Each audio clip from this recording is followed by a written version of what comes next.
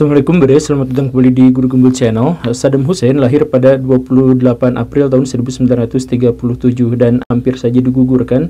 Dan kemudian ketika dia dilahirkan hampir saja dibunuh oleh ibunya sendiri gara-gara ibunya depresi karena telah kehilangan suaminya dan kehilangan anak laki-laki pertamanya. Nah, Saddam Hussein pada waktu itu selamat gara-gara bantuan pamannya yang kemudian merawatnya sampai usia beberapa tahun. Ketika Saddam Hussein berusia sekitar 7 tahunan, dia berusaha untuk kembali ke keluarganya, keluarga intinya, ke ibunya yang pada waktu itu sudah menikah dengan laki-laki yang lain. Dan tentu saja pada waktu itu Saddam Hussein mengalami masa-masa yang sangat mengerikan, masa-masa yang sangat menyulitkan. Ia mendapatkan perlakuan yang kasar secara lisan maupun secara pukulan. Dan pada bagian inilah kita memang harus menggarisbawahi, karena kalau misalkan kita melihat pola-pola yang terjadi di masa lampau, kita akan menemukan bahwa diktator-diktator besar yang sangat kasar itu, yang sangat kejam itu, biasanya memiliki cerita masa lalu yang sama, yaitu waktu kecil dia mendapatkan perlakuan yang sangat-sangat buruk. Begitu. Ini mungkin dikait-kaitkan dengan teorinya Sigmund Freud. Ya, tetapi apapun itu, Saddam Hussein akhirnya kembali ke pangkuan pamannya yang begitu dia kagumi, dia anggap sebagai ayahnya sendiri, dan ketika di usia mapan dia juga masuk ke dalam partai Ba'ath juga gara-gara pamannya itu. Di partai Ba'ath inilah dia kemudian meniti karir menjadi salah satu politisi yang sangat disegani di Irak. Lalu apa itu Partai Ba'ath? Partai Ba'ath itu adalah partai yang mengusung nasionalisme Arab dan sosialisme. Mereka membayangkan tentang bagaimana ceritanya seandainya di masa depan bangsa Arab yang terpecah belah itu ada dalam satu kesatuan negara, begitu. Dan walaupun jumlah pengikutnya pada waktu itu masih sedikit, kadernya diperkirakan sekitar 600-an orang, tapi ekstrimnya luar biasa. Dan Saddam Hussein pada waktu itu terlibat dalam tindakan-tindakan yang ekstrim, termasuk upaya pembunuhan presiden yang berkuasa di Irak pada waktu itu. Ya, maklum saja karena sejak sekolah Saddam Hussein itu sudah terbiasa membunuh orang. Dan partai inilah kemudian yang mengangkat Saddam Hussein ke pucuk pimpinan Irak pada tahun 1979. Jadi kita akan menceritakan tentang bagaimana tingkah pola Saddam Hussein ketika dia berkuasa. Jadi ayo kita mulai.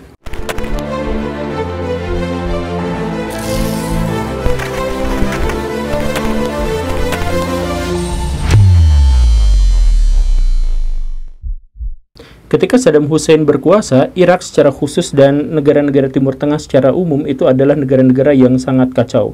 Karena orang-orang Arab pada waktu itu terbiasa untuk memahami perbedaan itu sebagai konflik.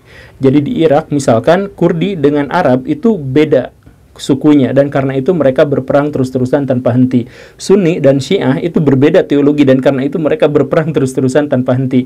Para pedagang di perkotaan dengan suku-suku nomad yang berkeliling di gurun-gurun Irak itu juga berperang satu sama lain gara-gara perbedaan kepentingan ekonomi dan lain sebagainya. Dan karena itu maka negara-negara Arab itu selalu membutuhkan pemimpin-pemimpin diktator untuk bisa menyelesaikan masalah-masalah yang semacam ini secara lugas. Saddam Hussein ada di sini.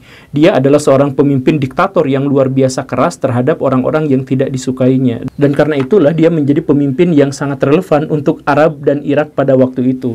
Jadi apa yang dia lakukan ketika ada konflik Sunni dan Syiah, dia membantai orang-orang Syiah. Ketika ada konflik Arab dan dengan Kurdi, dia membantai orang-orang Kurdi dan lain sebagainya.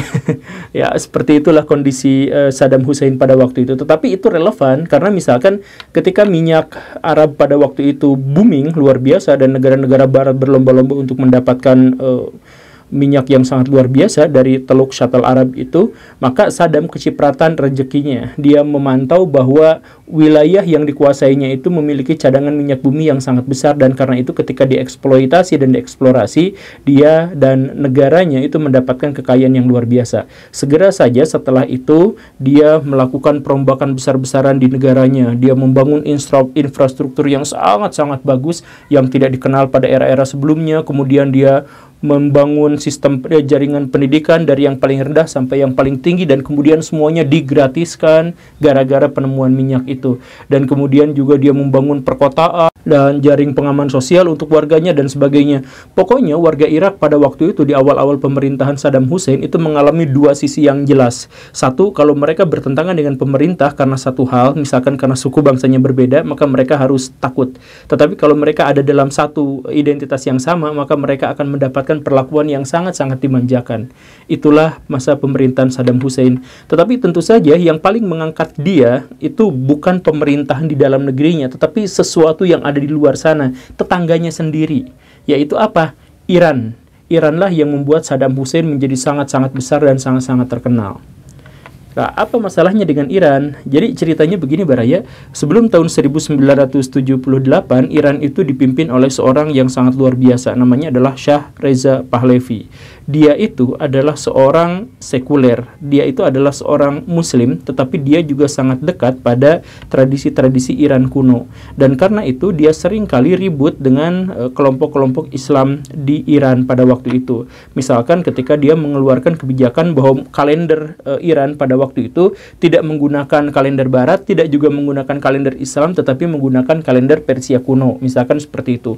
Kemudian dia gencarkan westernisasi besar-besaran ke wilayahnya. Kemudian ulama-ulama yang radikal dan sebagainya itu dipenjarakan atau ya diperlakukan dengan cara-cara yang kasar dan sebagainya. Dan karena itu, maka dalam satu momentum tahun 1978 dia digulingkan oleh seorang ulama karismatik bernama Ayatullah Khomeini.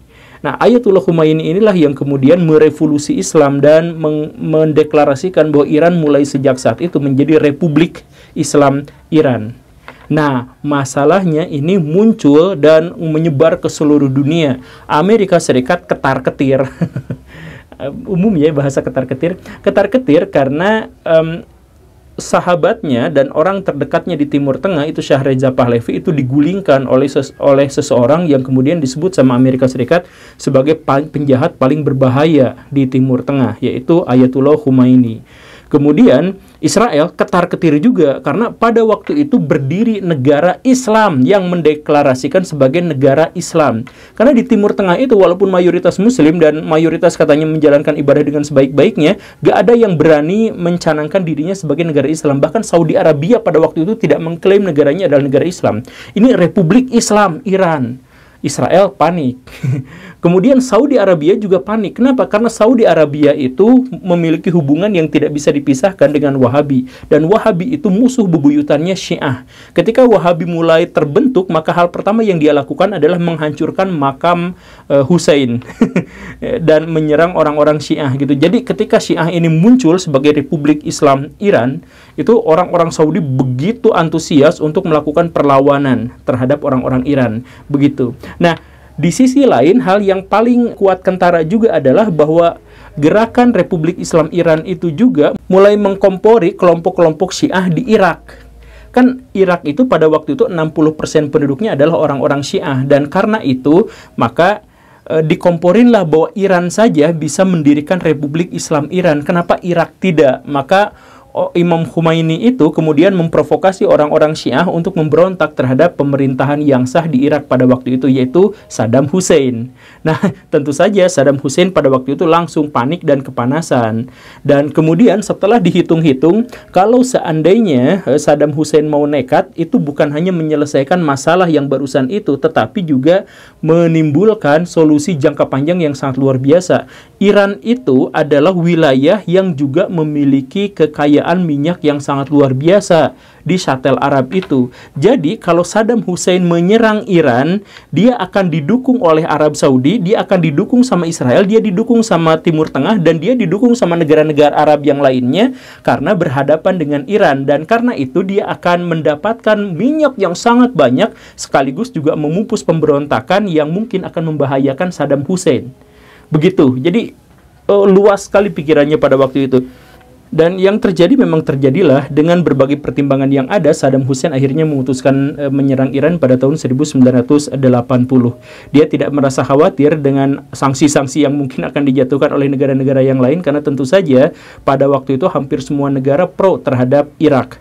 Pro dalam artian Amerika Serikat, Israel, Saudi Arabia, dan negara-negara yang biasanya berkonflik itu disatukan dalam satu kesatuan untuk melawan Iran. Dan karena negara-negara yang dimaksud itu tidak mau ikut campur, maka tidak mau ikut langsung ke gelanggang perang, maka Irak pada waktu itu adalah yang memberanikan diri. Maka secara demonstratif Irak itu menggunakan senjata-senjata baik yang digunakan oleh Uni Soviet maupun yang dibeli dari Amerika Serikat untuk digunakan menyerang Iran, termasuk juga senjata-senjata pemusnahan massal. Jadi di kemudian hari ketika misalkan Amerika Serikat menuduh bahwa Irak itu menggunakan senjata pemusnahan massal, itu semuanya adalah hasil pemberian dari Amerika Serikat. Begitu. Nah, tapi sambil melakukan itu, Saddam Hussein juga menyerang orang-orang yang ada di dalam. Suku-suku Kurdi dibantai, orang-orang Syiah dibantai sampai ratusan ribu jumlahnya, dan lain sebagainya. Dan dia tidak merasa khawatir karena dia tetap akan didukung karena dia sedang menyerang Iran. Dia dianggap sebagai pahlawan Arab yang karena kesukuannya dia menyerang orang Persia. Dia disebut sebagai pahlawan Islam karena dia memperjuangkan Sunni di atas orang-orang Syiah. Dia menjadi perwakilan kepentingan Amerika Serikat karena menyerang Republik Islam Iran yang pada waktu itu baru saja berdiri dan sebagainya. Nah, sayangnya Saddam Hussein gagal untuk memanfaatkan momentum. Iran ternyata pada waktu itu bisa bertahan lebih konsisten. Walaupun jumlah korban jiwa di Iran itu sekitar 2 juta orang dan kebanyakan di antara mereka itu adalah warga sipil, tetapi setidak-tidaknya mereka mampu untuk bertahan dari serangan-serangan Irak. Dan walaupun mereka juga tidak bisa menyerang balik Irak, tetapi kondisinya pada waktu itu stalemate, mentok, nggak bisa maju, nggak bisa mundur. Dan apa yang terjadi berikutnya, ya kosong, terhenti semuanya.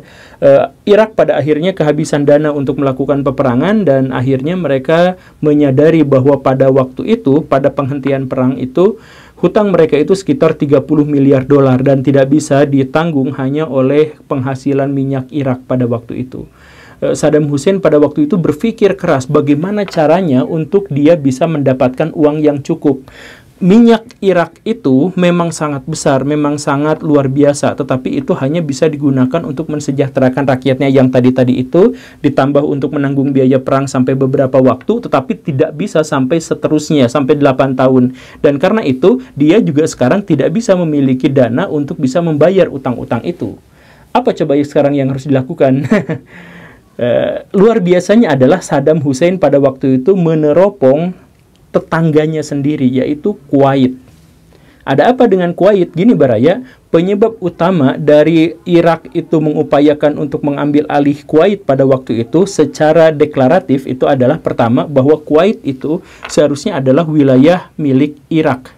Bagaimanapun, sejak zaman Babilonia kuno, kemudian zaman Persia kuno, kemudian masuk zaman Islam, masuk ke kekhalifahan, dan terakhir dikuasai oleh Turki Utsmani, wilayah Irak dengan Kuwait itu tetap ada dalam satu kesatuan, bahasanya sama, budayanya sama, wilayahnya juga tidak ada batas geografisnya, dan sebagainya. Nah, mereka terpisah itu hanya gara-gara dikuasai oleh Inggris, dan pada waktu itu ada semacam kong kali kong yang akhirnya membuat Irak dengan Kuwait itu terpisah. Ceritanya kurang lebih serupa dengan Indonesia dengan Malaysia. Jadi Indonesia dengan Malaysia itu sejak zaman yang sangat kuno-kuno itu kan satu kesatuan, bahasanya sama, budayanya sama, dan sebagainya. Tapi hanya gara-gara dipisah oleh penjajah yang berbeda, maka jadi terpisah juga. Nah, Saddam Hussein melihat pada waktu itu kasusnya adalah bahwa Kuwait itu seharusnya milik Irak, maka harus diambil. Itu penyebab umumnya, penyebab umum yang dideklarasikannya. Penyebab khususnya itu adalah bahwa Kuwait pada waktu itu tidak mendukung program mempom harga minyak dunia oleh Irak pada waktu itu. Kan Irak itu lagi kekurangan dana gara-gara perang, gara-gara banyak utang. Karena itu dia pengen ngepom-pom harga minyak. Tapi Kuwait pada waktu itu malah membombardir dunia itu dengan penjualan minyak, yang akhirnya harga minyak menjadi sangat murah, kan begitu. Nah, karena alasan-alasan yang dideklarasikan seperti itu, Irak kemudian menyerang Kuwait. Tapi alasan yang sebenarnya terjadi tentu saja adalah karena Irak tidak punya uang untuk bayar hutang, maka mereka membutuhkan dana cepat. Dana cepat yang dimaksud itu adalah mereka harus menguasai Kuwait.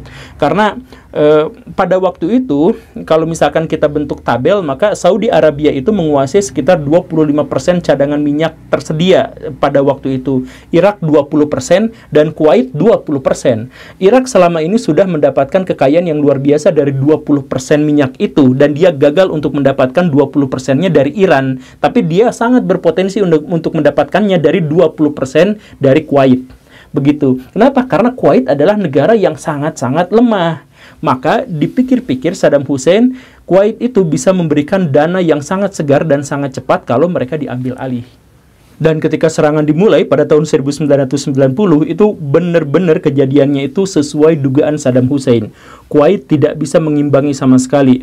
Pada waktu itu komposisinya adalah Irak memiliki sekitar 1 juta pasukan yang terlatih dan berpengalaman dalam perang melawan Iran. Dan kemudian dia juga setidak-tidaknya memiliki sekitar 4.500 tank, ditambah dengan ribuan artileri dan pasukan-pasukan lapis baja. Dalam kondisi yang seperti itu, dia harus berhadapan dengan sebuah negara yang bahkan ketika perang terjadi, pasukan-pasukan Kuwait itu lari terbirit-birit atau memilih cuti karena takut ketika Irak melakukan mobilisasi pasukan. Nah, akhirnya apa? Kuwait bisa langsung diduduki hanya dalam sekali serangan. Dan bank-bank Kuwait itu langsung, uangnya itu langsung diboyong ke Irak untuk kemudian membayar utang. Pada waktu itu lumayan, uang kertas yang didapatkan oleh Irak aja sekitar 1 miliar dolar. Lumayan itu buat nyicil-nyicil utang gitu ya. Tapi satu hal yang benar-benar di luar dugaan Saddam Hussein adalah keberpihakan negara-negara yang lain.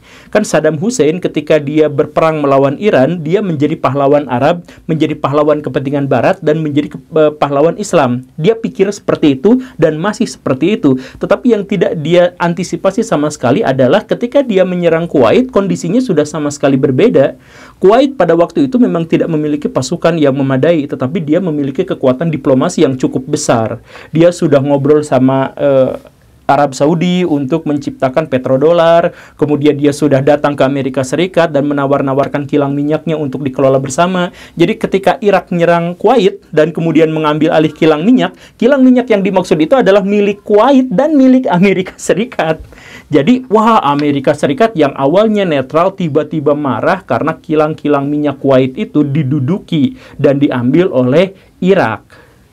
Amerika Serikat langsung gercep. Januari tahun 1991, dia langsung balik menyerang Irak. Dan pada waktu itu Amerika Serikat membombardir Irak, perkotaannya itu dengan bom sampai sekitar 88.500 ton bom. Luar biasa besar, dan ini adalah salah satu pemboman terbesar dalam sejarah. Dan dijatuhkannya di kota-kota, di kilang minyak, semuanya fasilitas milik Irak. Gak peduli sipil, gak peduli militer, semuanya dibombardir dan tanpa henti siang dan malam 42 hari. Luar biasa kan? Iya, luar biasa. Jadi kan kemarin-kemarin Amerika Serikat itu nuduh Rusia misalkan melakukan kejahatan kemanusiaan atau pembunuhan dan sebagainya terhadap Ukraina. Iya, memang dalam banyak hal dalam hal itu Rusia itu sangat-sangat salah. Tetapi kalau mau membandingkan dengan Amerika Serikat itu nggak ada apa-apanya. Rusia setidaknya kan ngasih jalur evakuasi buat warga sipil pergi. Amerika Serikat enggak. Jadi Amerika Serikat itu kalau berperang itu mereka menggunakan strategi yang selalu sama, yaitu carpet bomb. Jadi carpet bomb itu adalah pesawat-pesawat mereka yang besar-besar itu terbang berpanjang gitu dengan formasi yang panjang, kemudian menjatuhkan bom bersama-sama. Jadi bagian bawahnya itu benar-benar hancur dan rata dengan tanah, gosong, hitam seperti karpet. Makanya disebutnya carpet bomb. Itu yang dilakukan di Vietnam, itu yang dilakukan di Afghanistan, itu yang dilakukan di Irak. Dan ya, jumlah korbannya tentu saja banyak. Dan setelah Amerika Serikat selesai itu, maka tentara-tentaranya baru turun, diterjunkan ke medan untuk menembaki mayat-mayat atau orang-orang sekarat yang hampir mati. Dan kemudian tentara-tentara Amerika Serikat bangga, ye, menang gitu. Strategi Amerika Serikat di mana-mana kalau perang selalu seperti itu. Nah, Irak pada waktu itu jelas tidak bisa melakukan apapun. Kalau misalkan kita lihat statistiknya, misalkan dari 100.000 serangan yang dilakukan oleh Amerika Serikat, hanya 44 biji yang mampu ditangkis oleh Irak.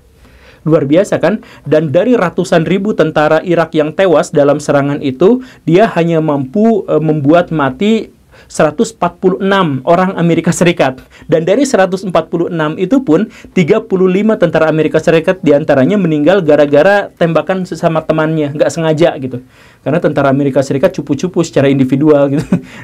Seperti itu. Jadi benar-benar jomplang, dan akhirnya apa? Irak berhenti untuk melakukan invasi terhadap Kuwait, pemerintahan Kuwait dikembalikan, dan Amerika Serikat beserta Kuwait beserta Saudi Arabia itu sama-sama mendapatkan kekayaan yang melimpah dari tambang-tambang minyak di sana, sedangkan Irak itu kemudian diembargo.